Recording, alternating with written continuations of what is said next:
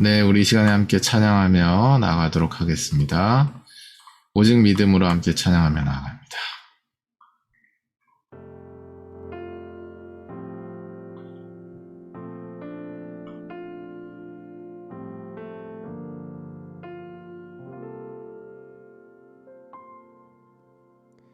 세상은 들리고 사람들은 변하여도 나는 주를 섬기리.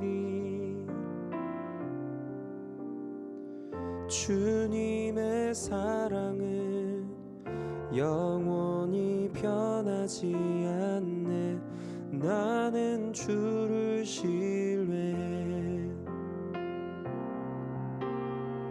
세상은 들리고 사람들은 변하여도 나는 주를 섬기리. 주님의 사랑은 영원히 변하지 않네. 나는 주를 신뢰해. 오직 믿음으로 내가 살리라. 오직 믿음으로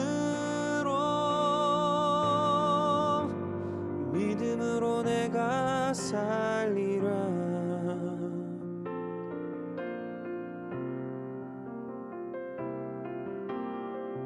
믿음은 들리고 사람들 주를 떠나도 나는 주를 섬기리. 주님의 나라는 영원히 쇠하지 않네. 나는 주를 신뢰해.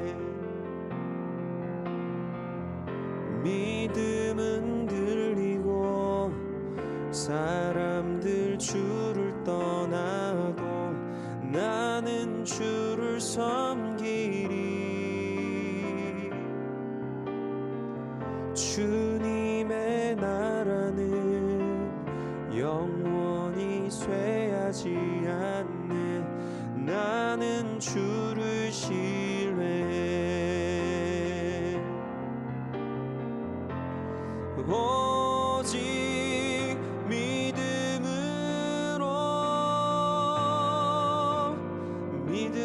내가 살리라. 오직 믿음으로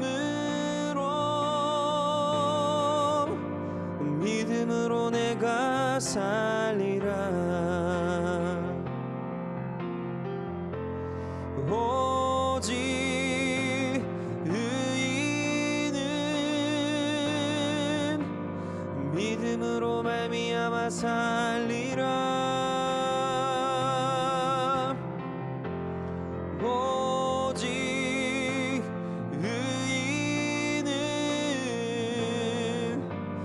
믿음으로 말미암아 살리라.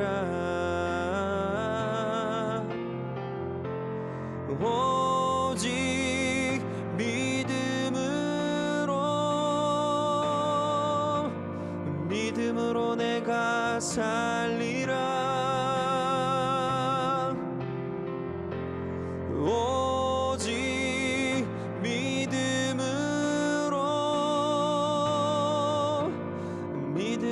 내가 살리라. 믿음으로 내가 살리라. 믿음으로 내가 살리라.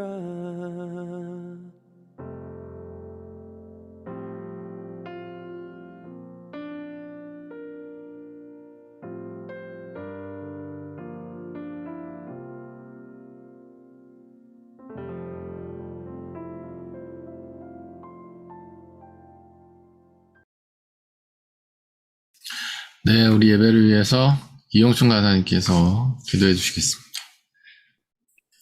사랑의 하나님 감사합니다. 이 시간에도 아침에도 하나님의 말씀을 듣고 그 말씀대로 살아가야 함을 알게 하시니 감사합니다. 하나님 오늘 이 시간 말씀해 주시고 그 말씀으로 저희의 삶이 운행되게 하여 주십시오. 감사합니다. 예수님의 이름으로 기도드렸습니다. 아멘.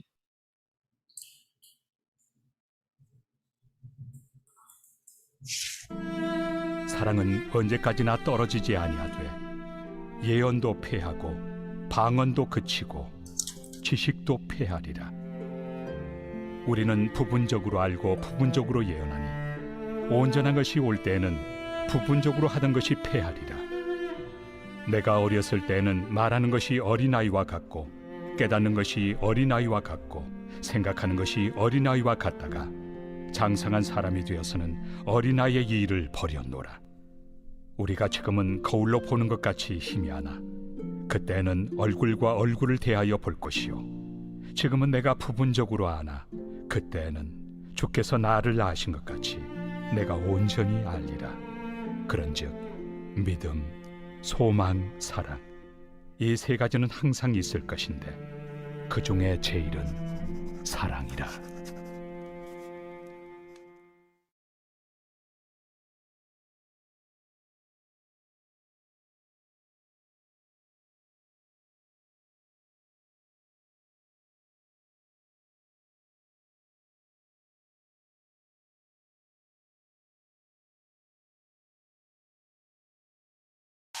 네, 할렐루야. 좋은 아침입니다. 오늘 주님께서 우리에게 말씀으로 임하시는 귀한 이 예배 시간이 되시기를 예수님으로 축원드립니다. 아침 인사하도록 할까요? 좋은 아침입니다. 좋은 아침입니다. 네, 코로나가 온라인 예배 시대를 열었는데 이것이 좋은 것인지 안 좋은 것인지에 대한 결과는 열매로 나타나겠지만요. 어쨌든 우리의 삶이 성령 안에서 성령의 전으로서의 삶을 유지한다는 전제 안에서는 오히려 좋지 않나 그런 생각을 합니다. 굉장히 선교적인 도구다 그런 생각을 합니다. 보통은 제가 말씀 전하기 전에 이런 좀 깨달음이 와서 공유하는 차에서 나누면 보통은 온라인으로 예배하는 것이 예배 같지 않다. 왜 그러냐면 이제 스킨십이 없기 때문인데 사실 스킨십을 통해서 우리가 얻게 되는 것은 이제 교제거든요, 교제. 그러니까 나의 마음, 너의 상황, 나의 상황 서로가 알게 되면서 우리가 안정감을 누리는 것이죠. 근데 그것을 지나서 결국 우리가 이제 속해야 되는 어떤 방향이라고 할까요? 그것은 나의 마음이 너의 마음 안에 있고 너의 마음이 나의 마음에 있는 것뿐만 아니라 넘어서서 그것을 통해서 우리가 예수님의 마음을 보고 그것을 통해서 예수님이 우리의 마음 안에 이제 계시는 것이 그 지향점이 되어야 된다는 측면에서 말이죠. 그게 전제가 된다면 성령의 전으로서의 삶이 각각 그런 어떤 과정을 다 지나서 유지가 될 수 있다면 자의적으로 유지될 수 있다면 이 온라인으로 예배한다라고 하는 것이 오히려 우리의 어떤 영을 연결해주고 우리의 삶을 연결해주는 또 그것을 확인시켜주는 굉장히 좋은 도구가 되지 않나. 또 하나됨을 서로 동기부여해주는 좋은 도구가 되지 않나. 그런 깨달음이 옵니다. 그런 측면에서 이 아침 예배 하나님께 올려드리는 우리 각자의 자리 가운데 하나님 마치 우리가 모여서 예배할 때만큼의 그 이상의 또 임재를 또 말씀을 주시기를 원합니다. 네, 오늘 주신 하나님의 말씀 우리 함께 나누도록 하죠. 오늘 주신 하나님의 말씀은 고린도전서 13장 8절에서 13절 말씀입니다. 오늘 말씀의 제목은 그때를 당겨 살라라는 제목으로 말씀을 전하도록 하겠습니다. 그때를 당겨 살라라고 하는 제목입니다. 우리가 고린도전서를 계속해서 살펴보고 있는데 고린도 교회에 문제가 이제 일어났습니다. 이방인의 제의에 대하여 그리고 구성원들의 어떤 신분과 어떤 그 문화적 차이에 대하여 갈등이 일어났죠. 사도 바울은 그 모두가 다 죄인이다. 로마서 1장부터 3장까지 죄인 시리즈로 이제 이야기를 했다고 새벽 예배 시간에 말씀을 드렸습니다. 이방인 죄인이다. 유대인도 죄인이다. 모든 사람이 죄인이다. 그러니까 누구를 드러내려고 하는 거예요? 예수 그리스도를 드러내려고 하는 것입니다. 로마서는 그래서 복음의 정수인데 왜 정수냐? 예수 그리스도가 계속해서 드러나고 있기 때문이에요. 예수 그리스도를 결국은 닮아야 되고 예수 그리스도를 향해 우리가 살아야 된다라고 하는 것을 중점으로 하고 있기 때문에 복음의 정수라고 별명이 붙어 있다라고 하는 것입니다. 여전히 먼저 문제 제기가 있게 되겠죠. 오늘 본문 말씀에는 제가 이제 틈틈이 설교할 때 인용 드렸던 그 은사가 무질서하게 사용되는 이 주제에 관련된 딱 그 정중앙에 있는 이 본문 말씀이라고 할 수가 있겠습니다. 상황 자체가 어떤 상황이냐면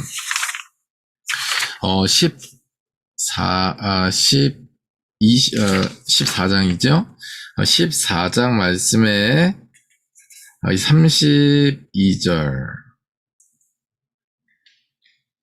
네, 32절 말씀에서 36절 말씀까지 제가 읽어드리도록 하죠. 예언하는 자들의 영은 예언하는 자들에게 제재를 받나니 하나님은 무질서의 하나님이 아니시오 오직 화평의 하나님이시니라. 모든 성도가 교회에서 함과 같이 여자는 교회에서 잠잠하라.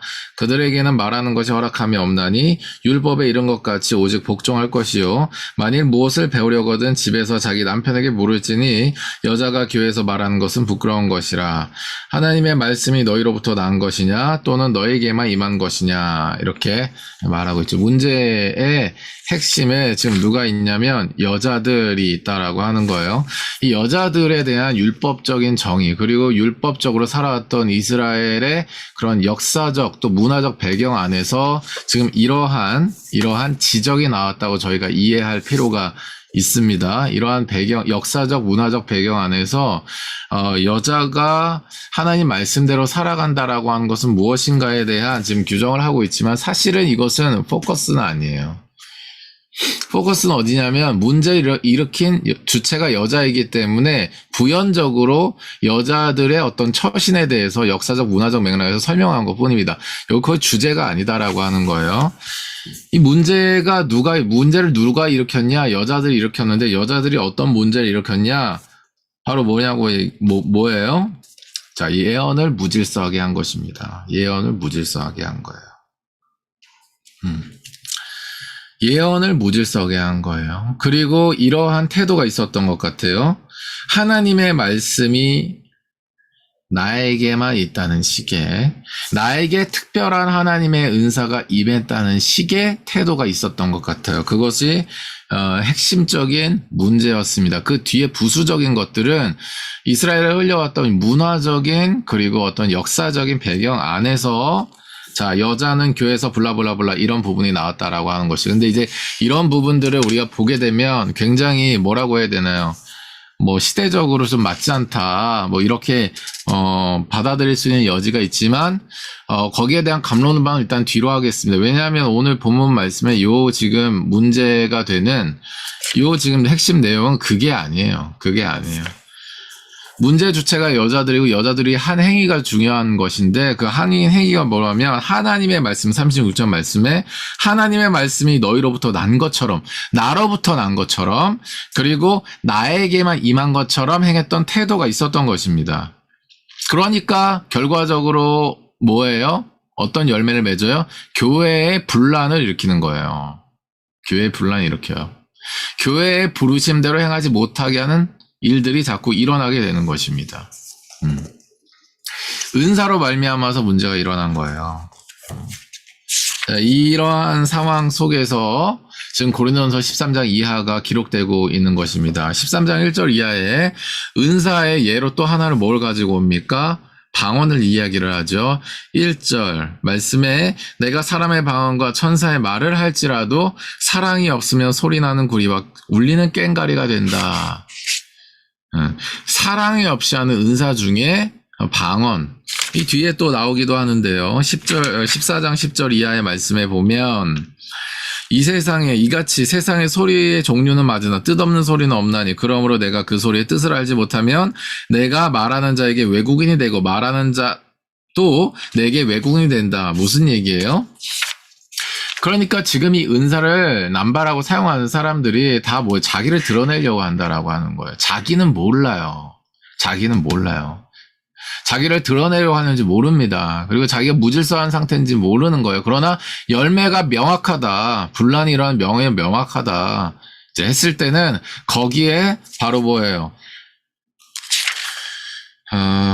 32절 말씀에 같은 성령 안에서 은사를 가진 사람들에 의하여서 한마디로 지도자에 의해서 뭐야? 이게 제재를 당해야 된다라고 하는 거. 왜? 하나님은 질서의 하나님.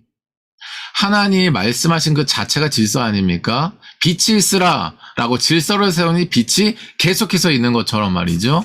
하나님은 질서의 하나님, 그것을 통해서 화평을 이루신 하나님, 질서 안에 있기 때문에 화평을 이루신 하나님인데 지금 하나님께로부터 받은 은사를 잘 소유화해서 결국은 자기의 욕구를 실현하고 내지는 자신의 썩은 상처, 자신의 어떤 실패한 감정, 자신의 그 어떠한 뭐 그런 것들을 가리려고 혹은 나는 이런 존재라는 것을 드러내려고 하는 이런 모든 것들이 그러한 열매를 맺게 되었을 때는 어떻게 된다라는 거예요? 그 질서 안에 네가 들어가야 된다라고 하는 거예요. 방언이 그 중에 하나라고 하는 것입니다. 우리가 모든 은사는 하나님께로부터 온 것이기 때문에 나의 소유대로 하면 안 되는데 나의 소유대로 해놨을 때는 이 방언이 어떻게 되는 거예요? 소리나는 고리와 울리는 꽹가리가 되고 외국인이 말하는 것 같은 소리가 된다. 아무리 좋은 얘기를 해도 아무리 정말 잘 되라고 얘기를 해도 아무리 좋은 의미에서 얘기를 해도 그것이 역사를 일으킨다 못 일으킨다 오히려 역사를 방해하는 꼴을 난다라고 하는 것이 지금 방언을 예로 하여서 은사가 무질서하게 사용되었을 때 나타나는 현상이다라고 하는 것입니다. 사랑하는 여러분, 우리가 이제 어른이 되어 간다는 거는 뭘까? 오늘 말씀을 준비하면서 그런 좀 생각을 하게 됐어요. 왜냐하면 저희 삶을 이렇게 쭉 돌아보니까 저는 좋은 취지에서 했거든요. 그리고 저는 사랑한다라고 나름대로 어떤 방향을 가지고 했어요. 근데 시간이 지나고 보니까 깨달아지는 게 있는 거예요. 내가 사실은 그때 나의 어떤 행동이 그리고 나의 어떠한 컬러가 반복적으로 자꾸 드러나고 그것들이 많은 사람들이 눈치채지 못했을 때 나의 어떤 위치나 그리고 어떤 나의 높음 이런 것들을 가지고서 좀 가리려고 그런 행동과 말을 했구나. 지나고 나니까 깨달아지는 거죠. 나는 진짜 사랑으로 한다고 믿고 있었어요. 나는 진짜 선교를 위해 한다고 믿고 있어요. 근데 내 안에 동기는 나름대로 점검을 한다고 점검을 했는데 그게 아니었던 거죠. 사실은 부모님께로부터 받았던 깊은 상처, 그것은 내가 부모님께 사랑을 기대했는데 그것만큼 오지 않았을 때 내가 받았던 어떤 상황에 대한 어떤 상처로부터 기반됐다라는 뭐 이런 것들을 제가 이제 깨닫게 됐죠. 추적을 이제 하면서 말이에요. 그러면서 제가 다시 그런 어떻게 보면 위선적이고 어떻게 보면 참 나의 그런 행위를 하고 나면 보통 만족이 되거든요. 예를 들어서 내가 어떤 뭐 상담을 해준다. 그리고 내가 어떤 방향을 설정해준다. 이렇게 하면 내가 쓰임을 받았다는 한편에 어떤 그 얼얼한 그런 어떤 아주 그 뿌듯함도 있지만 동시에 내가 이 말은 했었으면 안 됐는데 라는 동시에 어떤 그 찔림도 동시에 오거든요. 보통 이거는 그냥 무시해버려. 그런 식으로 이제 살았단 말이죠. 근데 지나고 나니까 깨달아진다니까. 지나고 나니까 왜 그런 불편함을 성령님께서 이제 주셨었는지, 왜 그런 가책을 나에게 주셨었는지, 분명히 동기가 잘못했다라는 사실은 그때 내가 더 깊이 기도하면서 깨달았어야 됐는데 그냥 지나가 버리는 거예요. 그래서 이제 그런 부분들이 그냥 지나가다가 어떤 사건으로 이제 비화가 되는 거죠. 나는 옳은데, 나는 좋은 취지로 했는데 왜 목사님 왜 이런 것들을 지적하십니까? 왜 아니 선교사님 왜 이런 부분들에 대해서 반대하십니까? 왜 쉽게 통과를 시켜주지 않습니까? 이런 것들을 이제 막 머리 끝까지 이게 차오르게 되면서 그 공동체한테 팍 폭발을 이제 일으키거든요.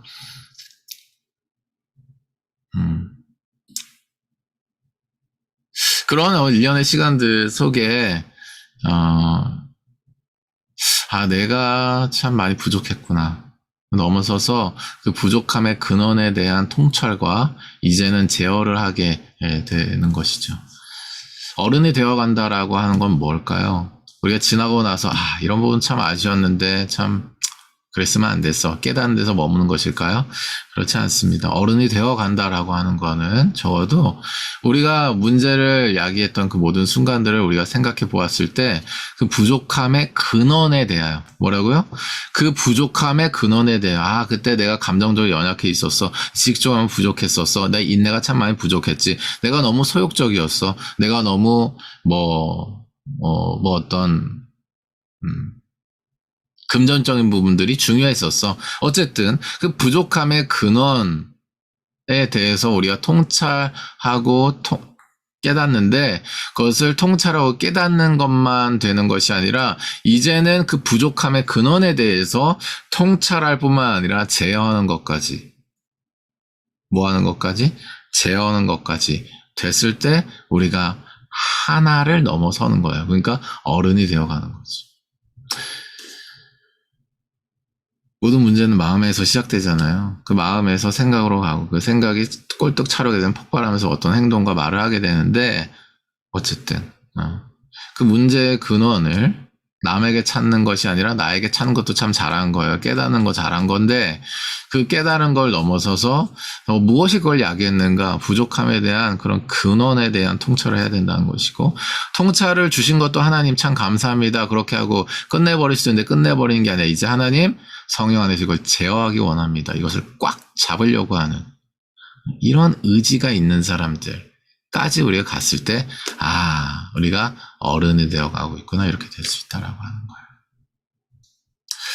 오늘 말씀을 준비하는데 하나님께서 이제 그런 말씀 주시더라고요. 그러니까 저도 이제 북한 인권 운동 내지는 통일성교 운동을 할 때 나름대로 이제 맨 처음에는 어느 정도의 방향을 가진 분들에 대하여 정보를 취득할 수밖에 없고 영적인 지도를 받을 수밖에 이제 없었어요. 그리고 시간이 지나다 보니까 오늘 말씀에서도 나누겠지만 모든 사람은 다 방향이 있구나.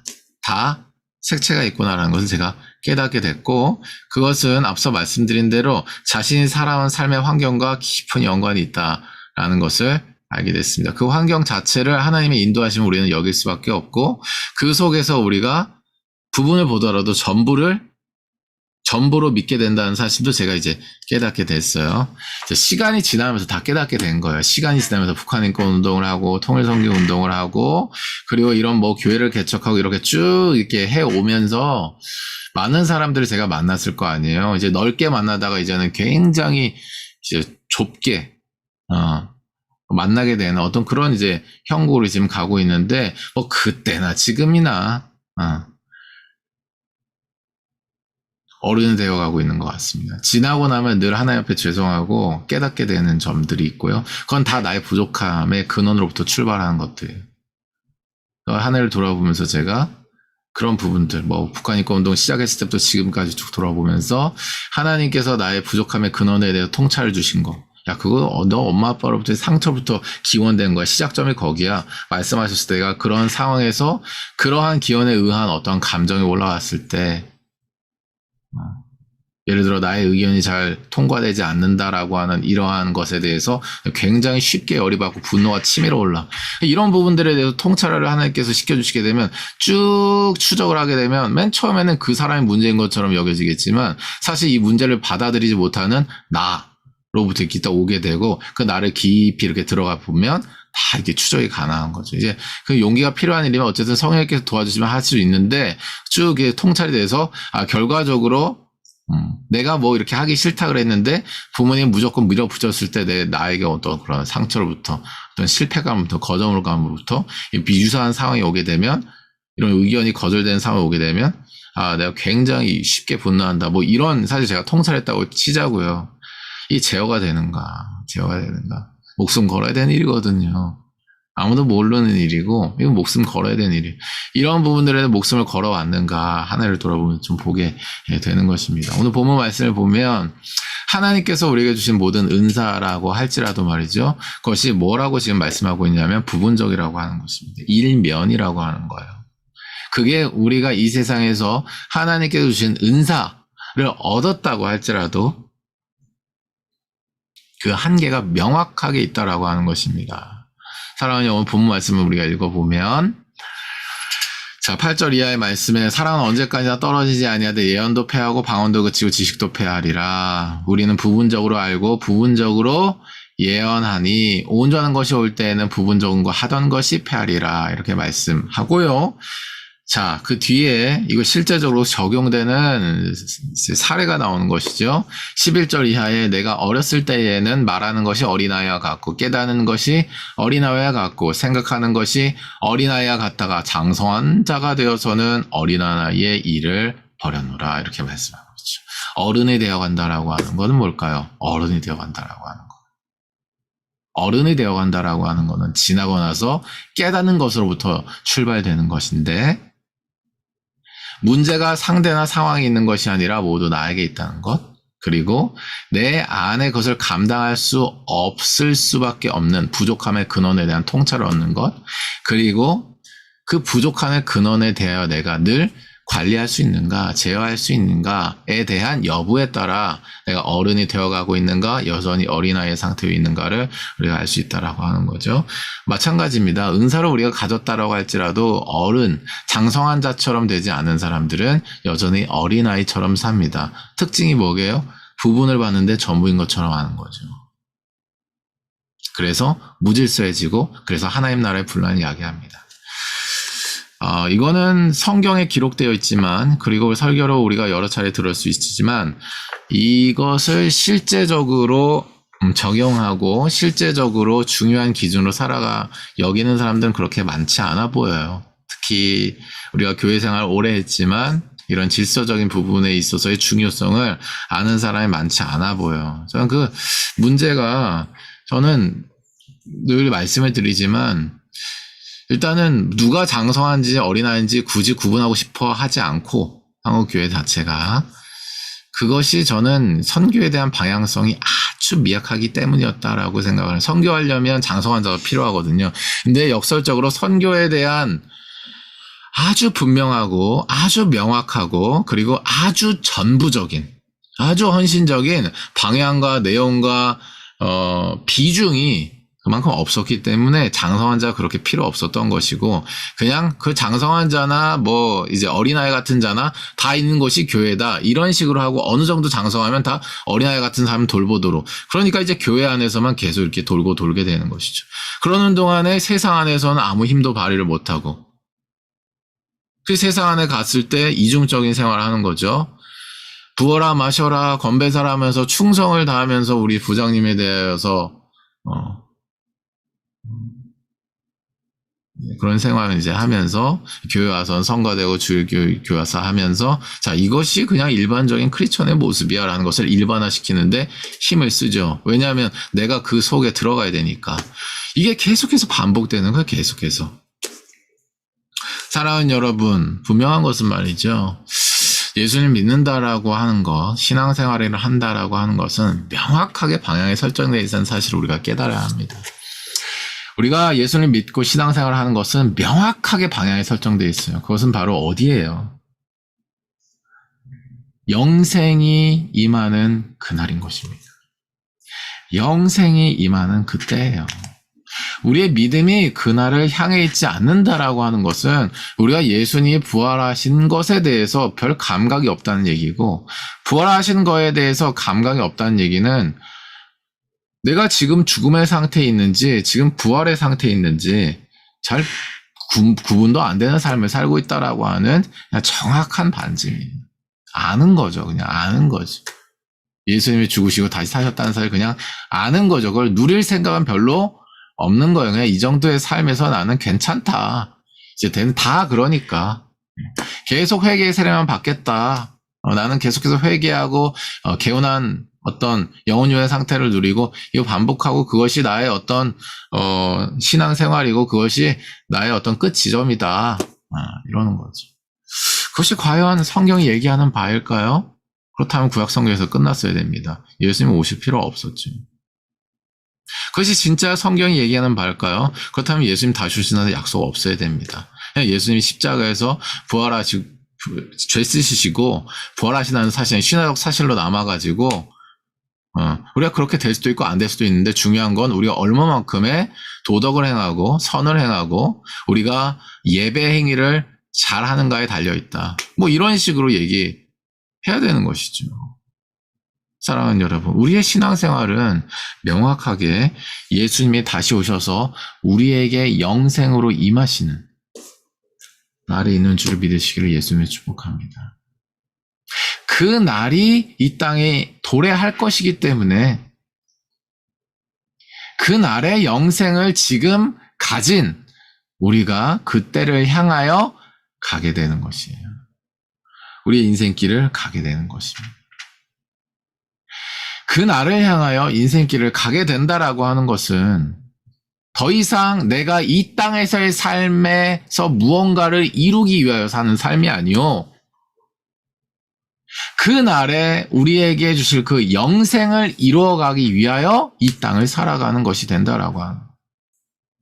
그게 바로 뭐겠어요? 어제 말씀에서 나눴지만 그거를 유일하게 우리가 이뤄갈 수 있는 방도는 바로 사랑이에요. 사랑을 네 혼자 느끼는 그 사랑 얘기하는 게 아니고 사랑이라고. 예수님의 사랑이라고. 이 사랑은 만세전에 계시다가 신약 시대의 새 언약으로 오셨습니다. 그러니까 뭐예요? 태초부터 신약 시대까지 어떻게 된 거예요? 흘러온 거예요. 그리고 예수님께서 다시 아버지께서 보내시겠다고 약속하신 성령님을 보내심으로 말미암아서 바로 뭐예요? 그가 나는 가고 그가 너희에게 오셔서 보혜사로 너희를 인도하실 것이다. 어디까지? 영생에 이르는 그 날에 이르기까지. 그러니까 뭐예요? 하나님의 사랑이라고 하는 것은 태초부터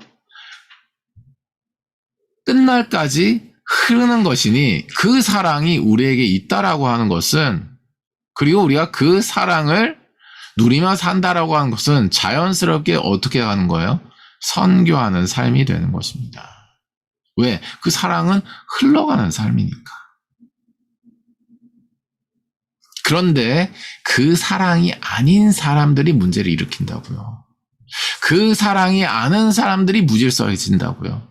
그 사랑이 아닌 사람들이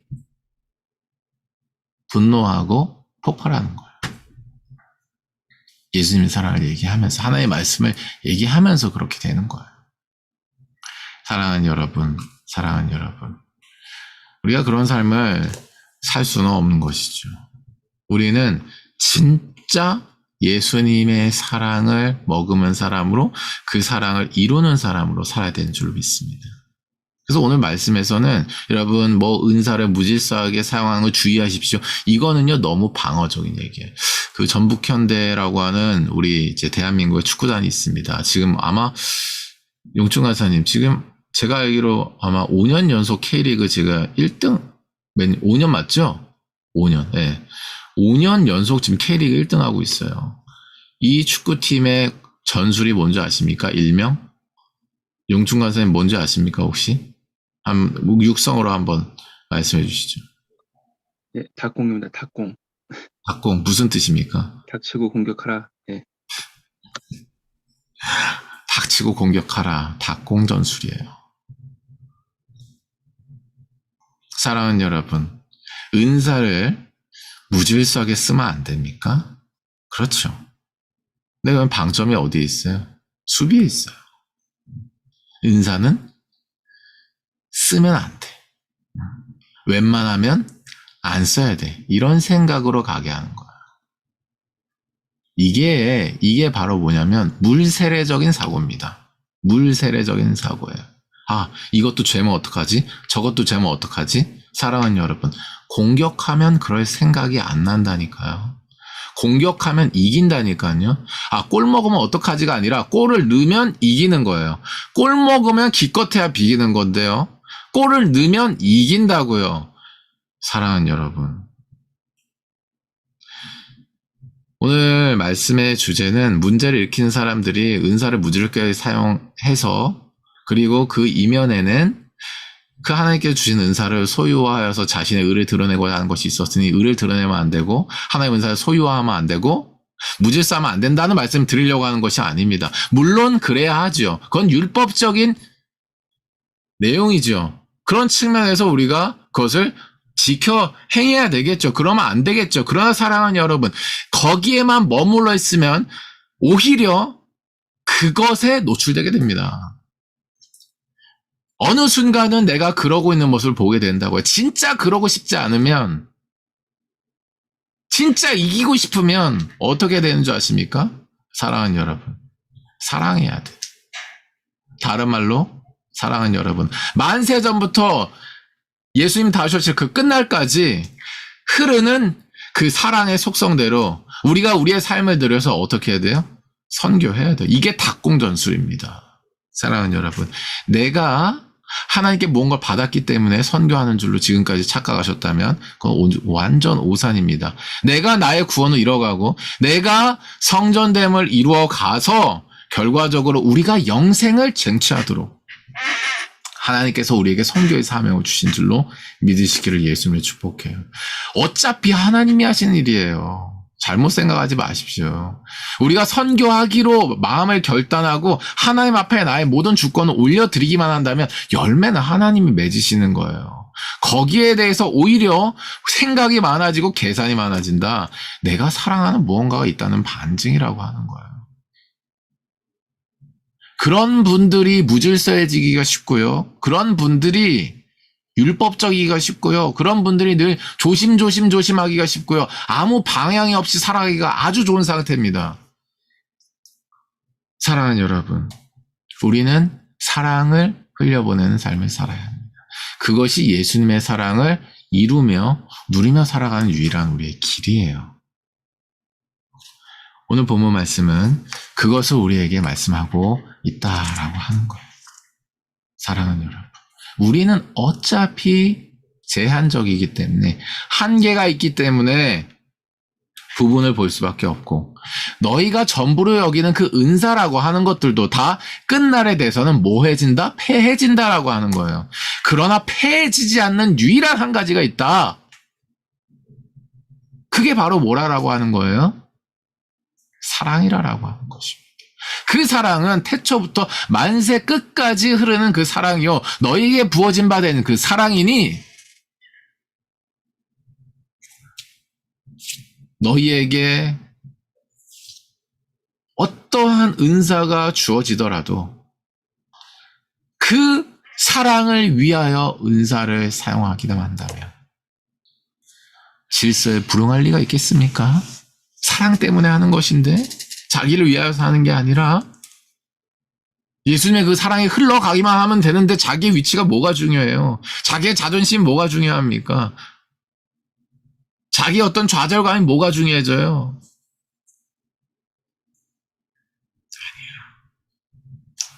우리 안에 예수 그리스도의 사랑이 흐르고 있으면, 그리고 그 사랑을 우리가 행하려고 주께서 주신 은사를 사용하려고 하기만 한다면 마지막 끝날까지 하나님께서 우리에 대한 사랑을 이루어 가시며 영생에 이르는 구원에 이르게 하신 줄 믿으시기를 예수님을 축복합니다. 네, 사랑합니다. 그래서 우리가 예수님이 다시 올 그날이 소망되는 거죠. 지금은 예수님이 주신 그 사랑과 은혜와 감격과 은사 모든 것을 자꾸 소리화하려고 하고 그것 뒤에 내가 숨어서 어떤 행위적으로, 역할적으로 나 이거 하고 있습니다, 이거 했습니다 하면서 사람들 앞에서 이렇게 숨고 있으면 난 괜찮은 것처럼 나도 여기고 사람들이 여기겠지 이러면서 사는데 영적으로는 갈급하죠. 정죄감이 늘 일어나죠.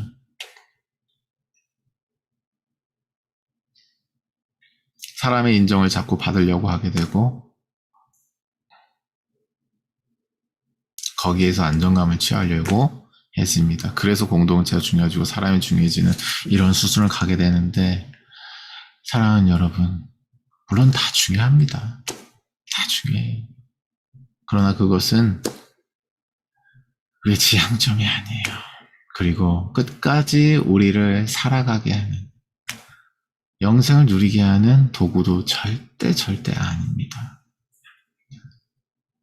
우리를 영생에 이르게 하고 그 사랑을 진짜 누리게 하는 것은 우리가 그 사랑을 이루기 위하여 그 사랑을 쫓는 삶이에요. 그것이 바로 선교하는 삶이다라고 하는 것입니다. 사랑. 말씀을 정리하도록 하겠습니다. 예언도 패하고 방언도 그칩니다. 모든 은사는 예수님이 다시 오실 날에 끝나요. 왜냐하면 그것은 그 은사는 하나님이 하나님 되심을 드러내는 도구에 불과하기 때문이에요. 근데 그게 있다고 해가지고 그리고 그것을 추구하면서 그 뒤에 숨어서 내는 거기에 편승해서 나의 의가 드러나거나 나의 연약함이 감춰지거나 이런데 너무 수비적으로 살아가지 않는 여러분이 되시기를 바랍니다. 공격적으로 살아가세요. 사랑하는 거야. 사랑하는 거. 용기가 물론 필요합니다. 사랑한다는 건 뭐예요? 내 자녀를 사랑하듯 아비가 되어주는 거예요. 누가 그렇게 합니까? 요즘 현대교회 시대에 가정이 제일 중요하죠. 스테반 집사님이 뭘 존경하세요? 여러분이 존경하는 선교사님 내지는 목회자를 뭘 존경하세요, 여러분? 그분들 존경하면 여러분의 삶이 영생에 이르게 되고 그 사랑을 조금씩 닮아가는 것 같나요? 전혀 아닙니다. 우리가 그런 삶을 살아야죠. 그런 삶으로 나아가야 되죠. 사랑하는 여러분, 그렇다고 해서 그럼 그분들이 가정을 저버렸나요? 그분들이 자녀를 아주 아끼지 않나요? 뭐가 차일까요? 뭐가 차일까요? 이 세상에서의 사랑인가? 아니면 만세 전부터 끝날까지 흐르는 사랑인가? 그 안에 흐르고 있는 것이 말이죠. 그 차이예요. 우리는 예수님이 다시 오실 그때에 우리에게 완전히 성취될 그 사랑을 위하여 살아야 하고 그날에 흐를 그 사랑이 우리의 현재 시점에 당겨져 와서 살아야 하는 줄로 믿습니다. 그 사랑으로 선교적 삶을 살아내십시오. 그것이 여러분과 여러분의 가정과 여러분의 교회가 하나님의 사랑의 통로로 쓰임받고 누리게 하는 유일한 도구가 될 것입니다. 여러분이 먼저 그런 삶을 사셔야 그게 되는 것입니다. 오늘 하루도 만세전부터 저 끝날까지 변치 않게 흐를 그 사랑, 우리에게 있는 그 사랑, 우리가 누린 그 사랑, 그 사랑을 쫓아 선교하는 삶을 살 때에 보혜사 성령께서 우리에게 좌정하시며 함께하시며 우리를 도우시고 우리를 안으시고 우리를 격려하시고 우리의 삶을 예상치 못한 방향이지만 만세전에 뜻하신 방향대로 정확하게 인도하실 줄을 믿습니다. 오늘 하루 그 사랑의 퍼즐이 되는 여러분의 삶이 되시기를 예수님을 축복합니다. 우리 함께 기도하며 나아가도록 하죠. 문제를 일으키는 삶이 아니라 생명을 일으키는 삶이 되게 해달라고 우리 기도하고요. 방어적이고 수동적인 삶이 아니고 공격적이고 능동적인 바람 같은 성령을 따라 사는 우리의 삶이 되게 하옵소서. 무엇보다도 그 사랑을 쫓아 사는 오늘 하루의 삶이 될 수 있도록 인도해 달라고 우리 기도하며 나가도록 하겠습니다. 기도하겠습니다.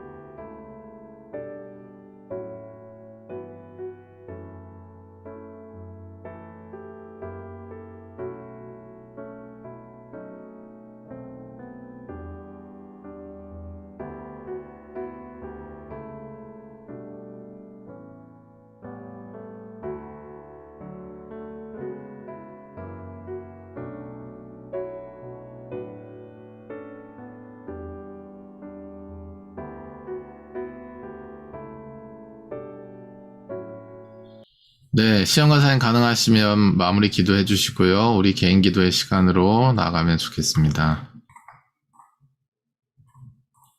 네, 불가하시면 우리 지코디님께서 기도해 주시고 개인 기도의 시간으로 나가도록 하죠. 하나님 감사합니다. 오늘도 주님의 말씀을 듣게 하시며 감사합니다.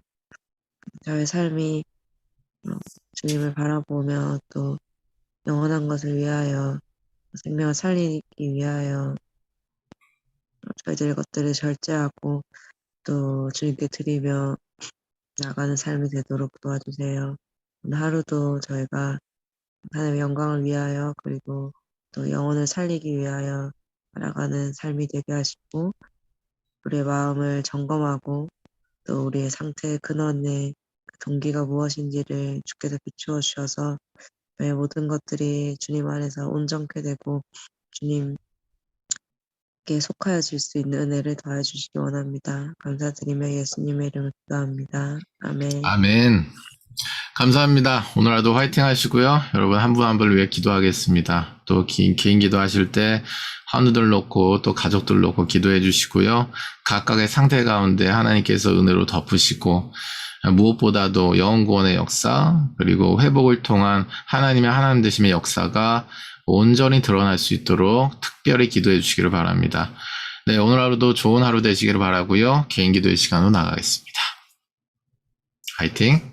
기도의 시간으로 나가겠습니다. 감사합니다.